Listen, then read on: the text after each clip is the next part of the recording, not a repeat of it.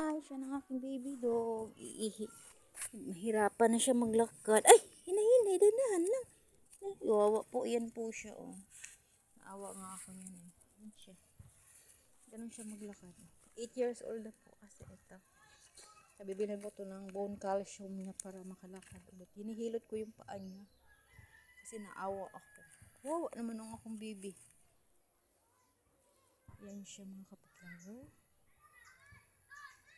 Yan po ang aking pinakamamahal na baby dog.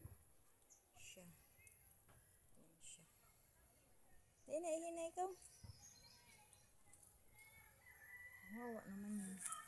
Binubuhat ko po yan pag ihi siya tatay. Pero nakakalakad naman po siya kasi lang pilay-pilay, paika-ika maglakad. Tain na ikaw. Tain na, dali na. Tain na, baby ko. Yan po ang aking baby dog. Dali na.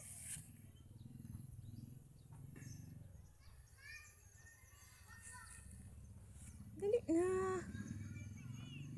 Ayaw. Tapos na iihi. Alam mo ba mga kapit lover? 8 years old na to. Sa iba pa to. Ako iba talaga pag pet lover ka or dog lover. Kasi kahit anong mangyari, kahit ganyan yung aso mo, papilay-pilay, hindi mo dapat sa i-abandon na. Dapat kailangan, mabuti para gumaling. Ganyan po ako. Naubusan na lang ako ng vitamins na pag makapera, bibili ako. Mag-order ako sa TikTok para, yan po siya, oh. Painumin ko yan ng bone calcium. Kung mayroon kayong alam kung anong dapat painumin dito. Kasi paika-ika siya. Nawawa naman. Love na love ko yan. Kahit ganyan yan. Kahit matanda na yan. Love na love ko yan. Sobrang mahal na mahal. Andyan lang. Ikaw dali na. Dito siya. Hindi siya naihi sa talaga sa higaan niya. Talagang gigisingin ako. Bulaklak. May nakakita naman sa India ng bulaklak. Diyan na lang ikaw tayo dyan. Dali na. Huwag na layo. Kasi nahirapan na nga ikaw maglakaw. Diyan na. Uy, lakaw. Lakad. Dali.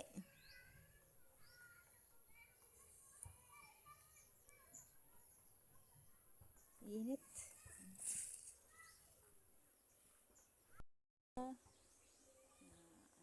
Ito yung mayroon siyang artist po siya. First, pahinugin pa natin niya. Pinakita ko lang sa inyo. Yan. Anuhin ko na yung aking baby dog. Wasyak! Dali na, dali.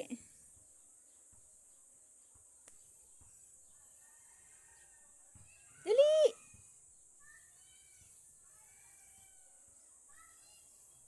Dali na! Ano ba yun sa akin? Handuin ko na yung aking baby dog. Ayaw na maglakad. Pagtapos na siya umihi, tapos na kumain. Yan siya.